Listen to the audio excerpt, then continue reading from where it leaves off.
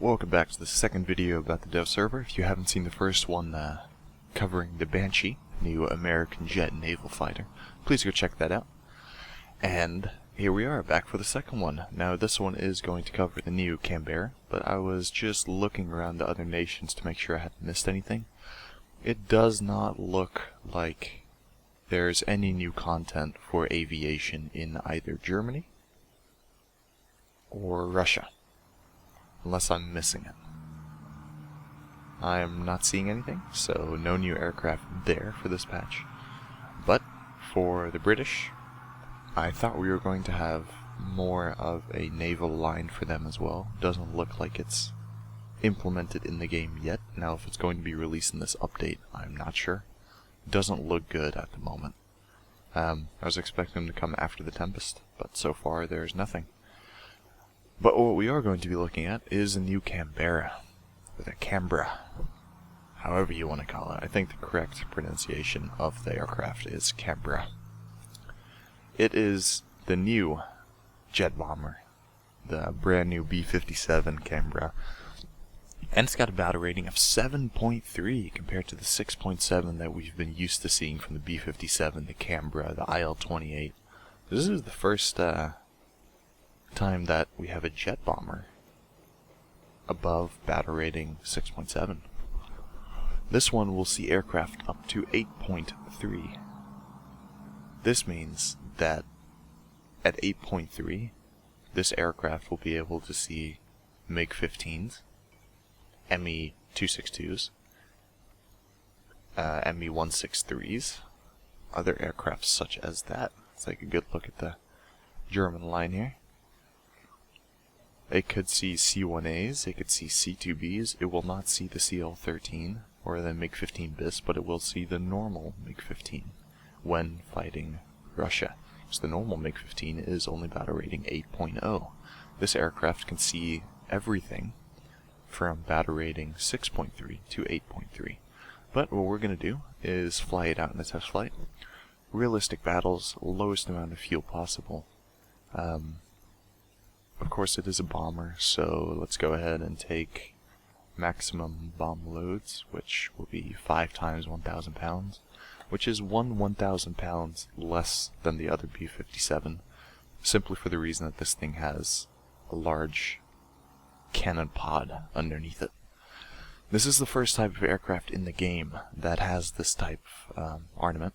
Instead of it being mounted in the nose or in the wings, or even at the top of the plane facing up to shoot bombers, this aircraft has it at the bottom. You can see a little black disc at the bottom. That's what that is. Let's see how this takes off.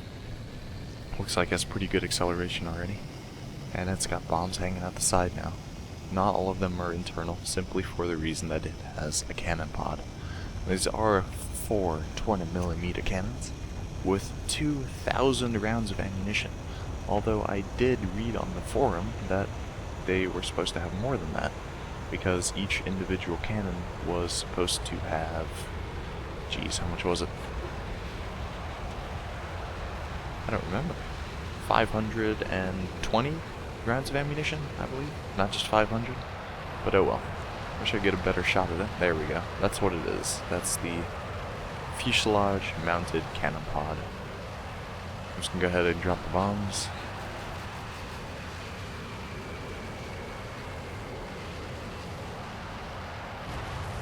Yeah. Alright, let's go shoot some stuff. Careful not to rip here, because Canberras do like doing that. Do we have a cockpit yet? Do we have a Nope, no cockpit. Okay, once again, this is the reference flight model, so this is what to expect when it is fully upgraded. But don't take what's on the dev server as a granted for what's always going to be there, because it can change. Just going to aim at it, and then look at the bottom of the plane. Ooh. Definitely a ground attack aircraft, but if you're stupid enough to go head on with this thing, good luck. Because that's practically nose mounted. Anyway, it looks the same as the Canberra B-57s because, you know, they're the same plane except for what it has underneath there. The B-57 has different engines, therefore it is faster. This is the British variant of it, and of course the Americans built their B-57 under license in order to be able to. Now the B-57 is still used by NASA to this day. These are great aircraft, and they look pretty futuristic. And by that I mean not for current day standards, but for World War II standards, for Korean War standards. It looks very nice. I already like this aircraft, of course I'm gonna go for it. I've almost got every single plane in the British tree so far. I just need to get that Lancaster that I was researching in the research screen, and then that's it. Of course this plane will add something new to grind to. So, let's take a look at the air brakes, probably the same as the other ones where they just come up in the wings. Yep. And they work very well. Alright, that's pretty much it for the P-57, so we can go back to the hangar.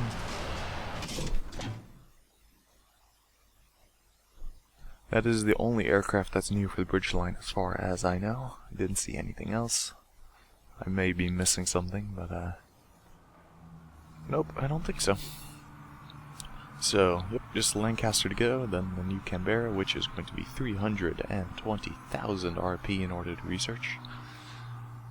That should keep people busy for just a few games, I guess. And there is the American B-57 if you want to compare the stat cards and pause the video real quick. And of course the new F2H Banshee. Now, they did put the Tiger Cat after the Bearcats now, so that's a small change. Not really that significant, but for people new to the American line, they'll have to go through the Bearcats first now. Anyway, I hope you enjoyed the video about the B-57, or the Canberra B Mark 6. And I think since it has cannons and I can actually do something useful, and when dropping my bombs I won't be useless in the field, this might be a fun aircraft to actually fly out. Hopefully because of its battle rating, it can be caught up to with other aircraft. And it should be a lot more balanced in the matchmaking. I hope you enjoyed the video. Thank you for watching, and have a great day.